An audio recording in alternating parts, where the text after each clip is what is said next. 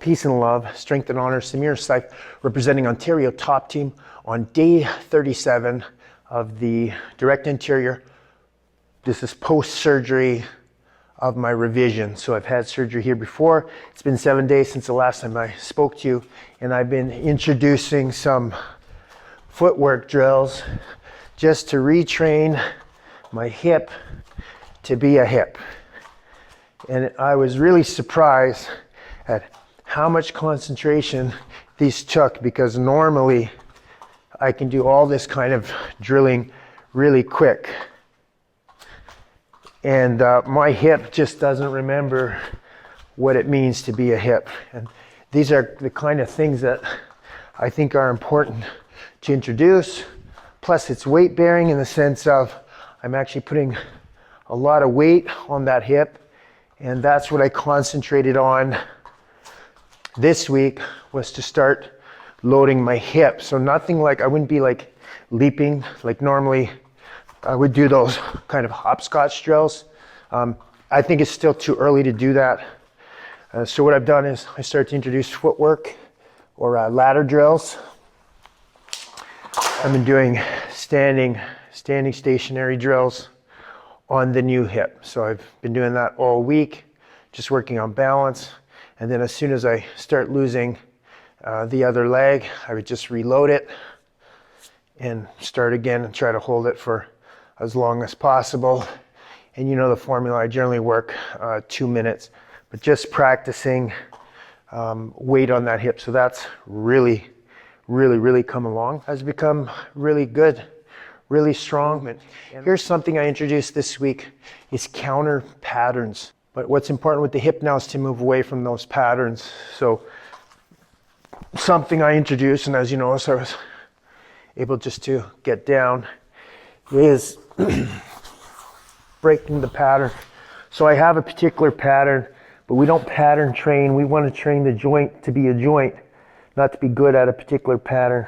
So now that I feel I've been able to round out some movement in that cars, I've just been playing at different angles and trying to go internal, external, maybe some flexion, you know, adduction or abduction, but play a little bit in different positions and see how long I could, you know, hold it, or maybe do some lifts from that.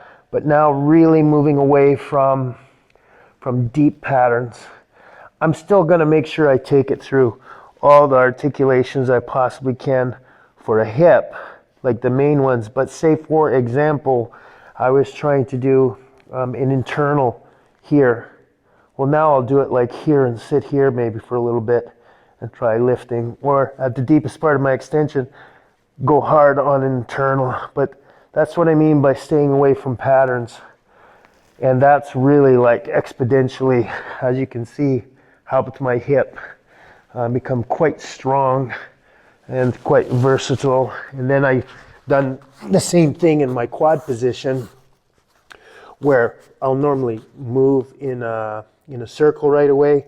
Now I just might start, and this can be done with cars in general, but I normally start like this, where I go into flexion or extension.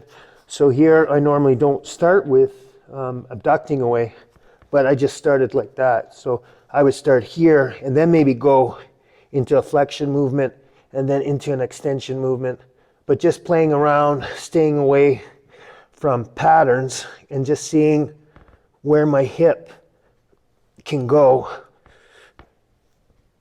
And it's going really well.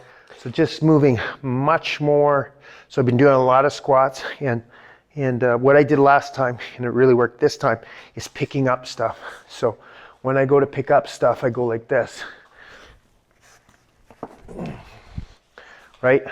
Anything that I have to pick up, I don't bend over, and this is how I'm getting my squats in throughout the week, is I squat. So I've been able to rep out, and then with one of my workouts, I have been doing, you know, a much more, yeah, I mean, that's 37 days. I did not do that the first surgery, and I certainly didn't do it for my my left surgery. So that's how I've been getting the squats. And then just the general ability to get up. I've been doing that a lot as well. So to tie my shoes, I've been putting weight on purpose this way and then getting the flexion by reaching for my shoes. So I'm trying to use everyday movements to increase the use of my hip, and I'm very cognizant of it. I'm very conscious of it. I'm very aware of it, of making that connection. So I've pulled out the ankle weights, and you're going to notice that I'm a lot stronger.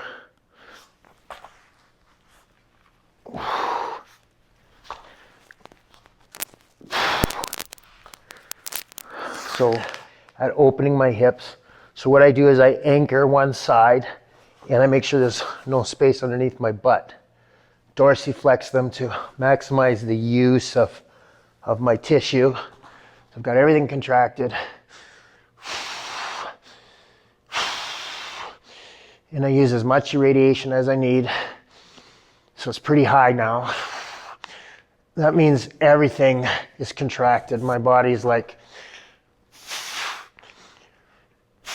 and I'm trying to keep this down as best as I can.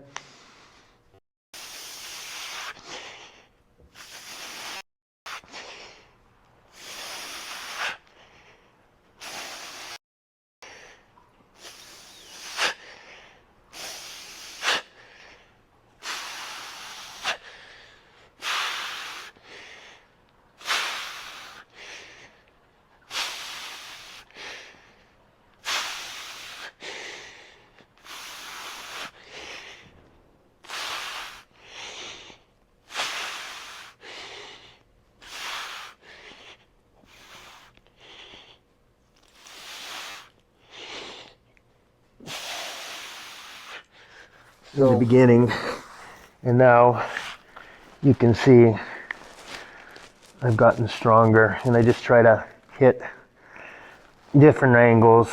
So again, staying away from any set pattern, finding different angles, and then of course trying something right at the end of the range and adding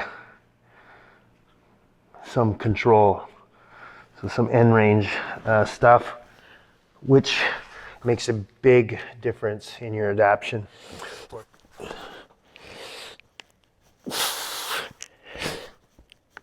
So these have been good. I've been doing lift-offs to get some extension here. 4, 3, 2, 1. 4, 3, 2, 1. And do try to control the descent and then change what I'm doing at the end. Also did extensions.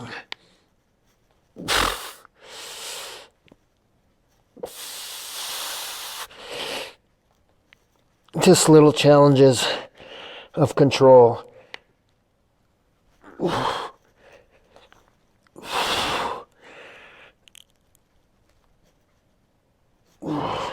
Had a forward position, and once I can make it, that's what determined whether I would make the height greater without me having to keep moving back.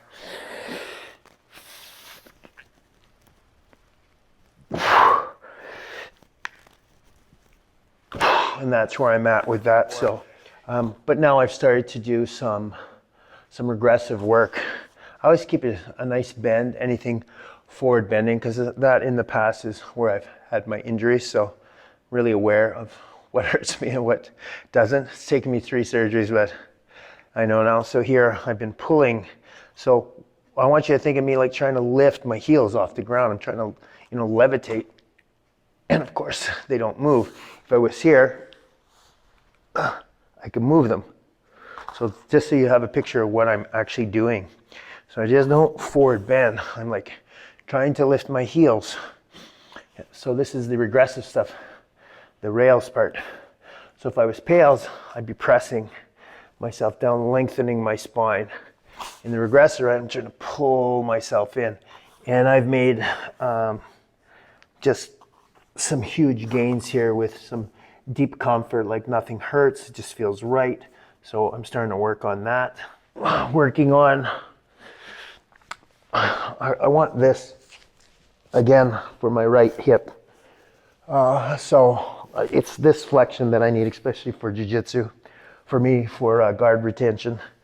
So I still have a long way to go, but what I have been doing with control, and it's helped, and when I went to do my squats, all of a sudden I could squat deeper, is I'm starting to make little circles and just feel, you know, just before it hurts, like that discomfort level. And I've just been finding different places, and when I hit a good place, I start to irradiate. So I'm contracting the rest of my body, and I find those little spots. And like I said, they've been a huge help, and it is coming along. See, I can get a good pull there now. So, like, this is crazy, man. Like, some people can't even squat. That's the craziest for me. Like, even me, it's blowing my mind that I can squat 37 days after hip surgery and without pain. It's just like, it's just discomfort. So if there's any advice I can continue to give you, is when you make rapid gains like this, and I've made rapid gains in 7 days, is you make sure that you are always measuring the line of discomfort and pain. It's talking to your nervous system and telling your nervous system things are okay. And what I've done throughout all of this, and this is something specifically learned from functional range systems, from, you know, doing the functional range conditioning, is you got to lock it in. So no matter what workout I've done, I pick something and I lock it in. So like, say with the squat, so what I did with the squat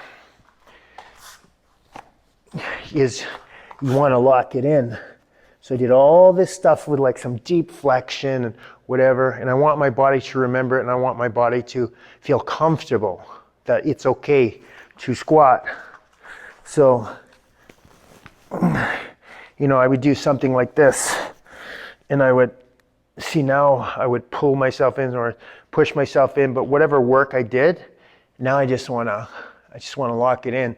So I go into like a kind of semi-chill mode where I just lock it in. I'm just comfortable, and I pull in my squat there. So that's probably where I can stay, where I can bring my nervous system back down. So I'm pretty comfortable. A little bit of tension here. I'm going to wait. So you see I have my timer, and I will just chill for 2 minutes and lock it in. And that's how I've been keeping my gains